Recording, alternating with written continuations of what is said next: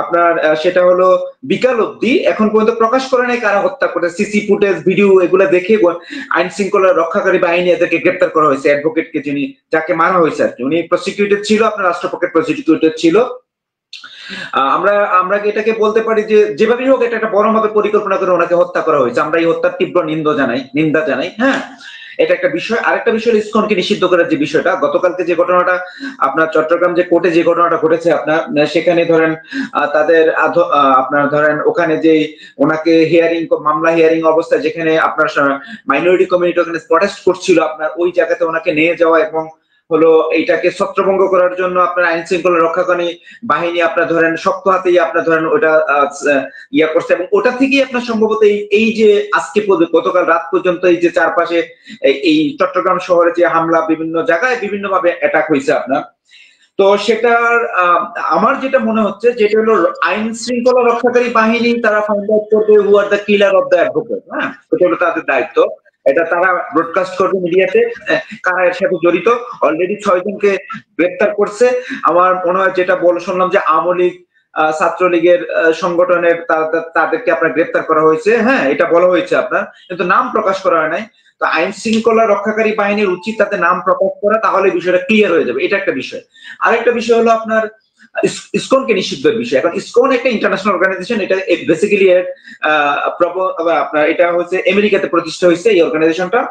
আমি যতটুকু দেখেছি আপনার মানে এর হিস্ট্রির সাথে যেটা আমি দেখেছি সেটা হলো স্টিভ জবস থেকে শুরু করে আপনার গুগলের অনেক বড় বড় প্রতিষ্ঠা যারা তারা ওখানে গিয়ে মানে তাদের একটা প্রোগ্রাম আছে, ফুড ফর লাইফ প্রোগ্রাম আপনার ইসকনের আপনার। হ্যাঁ, যে আপনার তারা প্রতি সানডেতে ওখানে খাবার ডেলিভারি করে, নট অনলি আমেরিকা, বিশ্বের সকল জায়গায়। আপনার ইউক্রেনের যে যুদ্ধ হচ্ছে, ইউক্রেনে পার ডে আমার জানা মতে আপনার হলো তারা বিভিন্ন জায়গায় মানে হিউম্যানিটেরিয়ান বা ভলেন্টারি অ্যাকশনে কাজ করে। কিন্তু আমি আজ পর্যন্ত দেখিনি যে ইসকন রেডিক্যাল কোনো কিছু আপনার মানে আমার দেখা মতে আর কি। হ্যাঁ, মানে রেডিক্যাল কোনো কিছু করছে মানে টেরোরিস্ট কোন অর্গানাইজেশন হিসেবে চিহ্নিত এইরকম আমি দেখিনি। এবং কি জন্য নিষিদ্ধ করবে এবং যারা নিষিদ্ধের কথাটা বলতেছে আপনার যে আপনার দেশের যে রাষ্ট্রদ্রোহের যে মামলাটা চিন্ময় দাস যিনি আন্দোলনের নেতৃত্ব দিচ্ছেন, চিন্ময় দাস ব্রহ্মচারী আপনার, হ্যাঁ, তার বিরুদ্ধে দুটা মামলা হয়েছে। একটা হলো হাজারীগুলিতে অ্যাটাকের মামলাটা, এই হাজারীগুলিতে যে ঝামেলা রয়েছে সেটার মামলা, মানে হুকুমদাতা হিসাবে আপনার ওনার হলো ওইটার মামলা আসামি। আরেকটা মামলা রাষ্ট্রদ্রোহ মামলা, বিএনপির একজন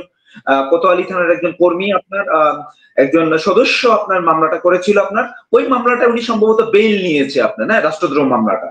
আর ওনাকে সম্ভবত যে মামলাটায় গ্রেপ্তার করা হয়েছে আপনার হলো মামলা, সেটা হলো এই হাজারীগুলির যে ঘটনাটা ঘটছে ওখানে ওনাকে গ্রেপ্তার করেছে, আমার কাছে যতটুকু তথ্য আছে।